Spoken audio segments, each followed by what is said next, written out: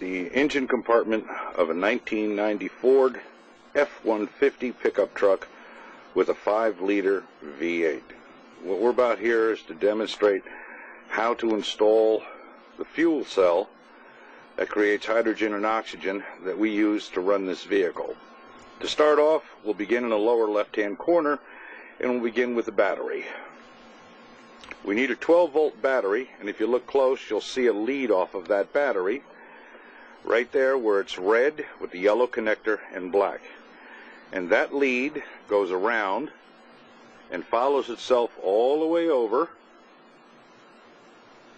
and down over to the fuel cell where you see it's connected to the positive side of the fuel cell right there. That's the anode. Now when you have a positive, you need a negative.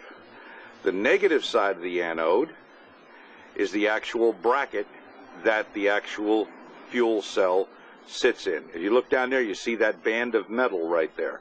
Well, there's one there, and there's another one further down below that you just barely can see.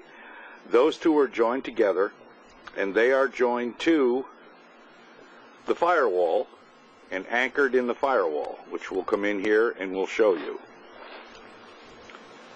And if you look down there, you'll see where they're anchored, right there.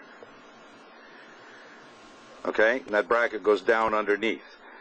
Alright, the anode is located inside the fuel cell, and it lines the inside of this wall. That's the positive, where that connector right there goes through and bolts to.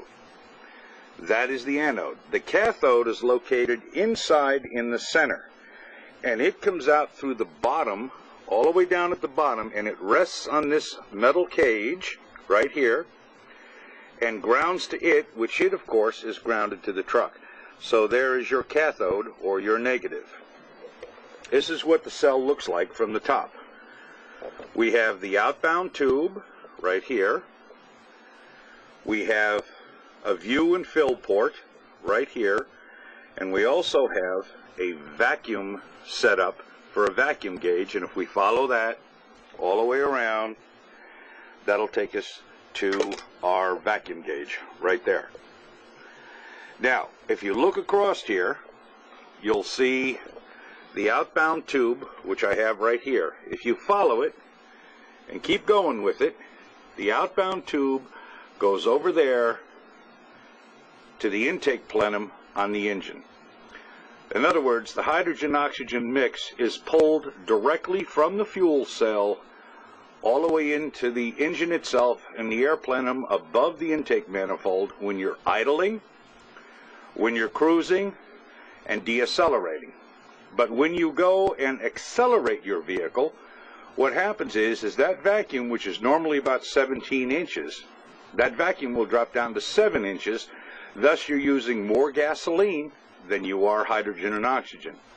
So what I've gone and done is I have made a T-joint right here, and I've brought that T-joint down with a gas liquid valve and teed it, and then I've brought both ends of it around, one to here, as you can see, and then another one over to here, because there are two tubes on a Ford that go over and into the intake plenum. So I have one here which draws by a Venturi action, and one there that draws by a Venturi action.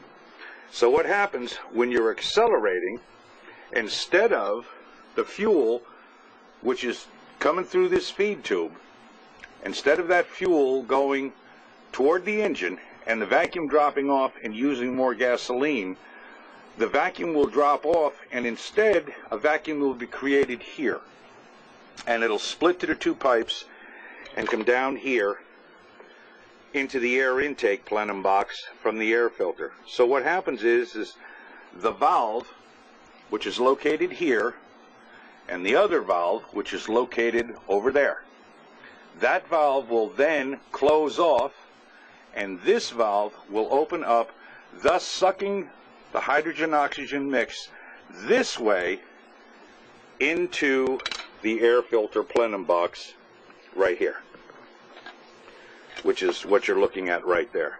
Now here's the gauge right now. It sits at 0 on the vacuum. Let's see if we can zoom in. See if it'll focus. It's at 0.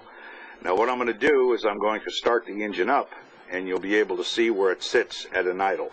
So just hold on, and I'm going to stop the camera a second and start the truck. Hold on.